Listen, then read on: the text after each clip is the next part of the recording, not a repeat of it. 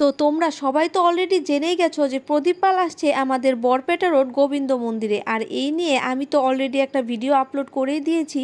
তো তোমরা অনেকেই আমাকে জিজ্ঞেস করেছো যে প্রদীপ পালকে দেখার জন্য কয়টার সময় যেতে হবে, প্রদীপ পাল কি একবারই মঞ্চে উঠবেন। চলো এই ভিডিওতে তোমরা নিজেরাই জানতে পারবে প্রদীপ পালকে দেখতে যেতে কয়টার সময় যেতে হবে। এছাড়াও কিন্তু শুরু হয়ে গেছে ভাগবত পাঠ শেষ হয়ে কীর্তন, আগামী শুক্রবার পর্যন্ত কিন্তু কীর্তন চলবে। চলে এলাম নতুন একটা ভিডিও নিয়ে। আগের ভিডিওতে তোমাদের এত এত ভালোবাসা দেওয়ার জন্য অসংখ্য ধন্যবাদ। এই দিক থেকে জাস্ট দেখো, বিশাল জায়গা নিয়ে কিন্তু প্যান্ডেলটা করেছে, যেহেতু অনেক বাইরে থেকে লোকজন আসবে। এই দিক দিয়ে ভেতরে ঢুকেই দেখো বাইদিকের দিকে কিন্তু কীর্তন আরম্ভ হয়ে গেছে। এখানে কিন্তু কীর্তন চলছে। আচ্ছা, 1 নভেম্বরে কারা কারা প্রদীপ পালকে দেখার জন্য এখানে আসবে কমেন্টে কিন্তু অবশ্যই জানিও। 27শে অক্টোবর সোমবার থেকে 2 নভেম্বর রবিবার পর্যন্ত কিন্তু নিত্যভোগ বন্ধ থাকবে। এটা কিন্তু কমিটির তরফ থেকে এখানে জানিয়ে দেওয়া হয়েছে। আর এই দিকে দেখো কীর্তন চলছে। যেহেতু আমরা বিকেল দিকে গিয়েছিলাম তার জন্য খুব একটা লোকজন হয়নি, কিন্তু সন্ধ্যের দিকে অনেক লোকজন হয়। একটা উৎসব হলে এই জায়গাটা এত জমজমাট হয়ে থাকে, এই জিনিসটা কিন্তু আমার বেশ লাগে।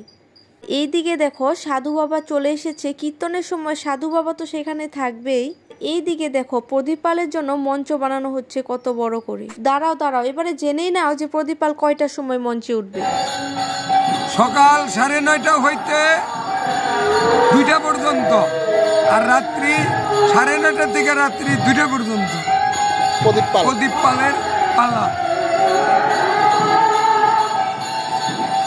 তো তোমরা তো জানতেই পারলে যে প্রদীপ পাল কয়টার সময় আসবে। সকাল 9:30 থেকে 2টা পর্যন্ত, আবার রাত্রেবেলা 9:30 থেকে আবার রাত 2টো পর্যন্ত। এখানে আজকে আর দেরি করব না, সন্ধে হয়ে যাচ্ছে, রিয়ানকে নিয়ে আবার বাড়ি যাব, এজন্য তাড়াহুড়ো করে বেরিয়ে পড়লাম। আচ্ছা, প্রদীপ পালের কীর্তন কারা কারা বিশ্বাস করেন বলুন তো।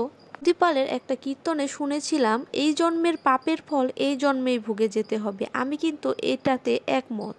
আমি অভিশাপ দিচ্ছি না, তবে জেনে শুনে যারা আমার মনে কষ্ট দিয়েছে, আমার মনে আঘাত দিয়েছে, ধ্বংস হবে তারা। সত্যিটা জেনেও যারা আমাকে মিথ্যে অপবাদ দিয়েছে, বিনা দোষে আমাকে খারাপ পরিস্থিতির শিকার করেছে, কষ্ট পাবো জেনেও কষ্ট দিয়েছে, যে দোষটা আমি কখনো করিনি সেই দোষের বোঝা আমাকে দিয়েছে, ভগবান তাদের বিচার ঠিকই করেছে। আমার জীবনের ক্ষেত্রে কিন্তু প্রদীপ পালের এই কথাটা পুরোপুরিভাবে মিলে গেছে। এদিকে দেখো না, আমার ভিডিও করা নিয়ে কিছু লোকজনের এত অসুবিধা, যারা নাকি বাচ্চার মাকে সহ্য করতে পারে না, তারা আবার আমার বাচ্চাকে নিয়ে আদিক্ষিতা করে। ওলে লেলে আমার বাবুটা শুকিয়ে গেছে। আচ্ছা তোমরাই বলো তো, যারা গাছ পছন্দ করে না তারা গাছের ফলটাকে কিভাবে পছন্দ করবে। যাই হোক, আমার হেটার্সরা যারা এই ভিডিওটা দেখছো তাদেরকেও বলবো প্রদীপ পালের কীর্তন দেখে কিছু একটা শিখো। আমি শনিবার গোবিন্দ মন্দিরে চলে যেও।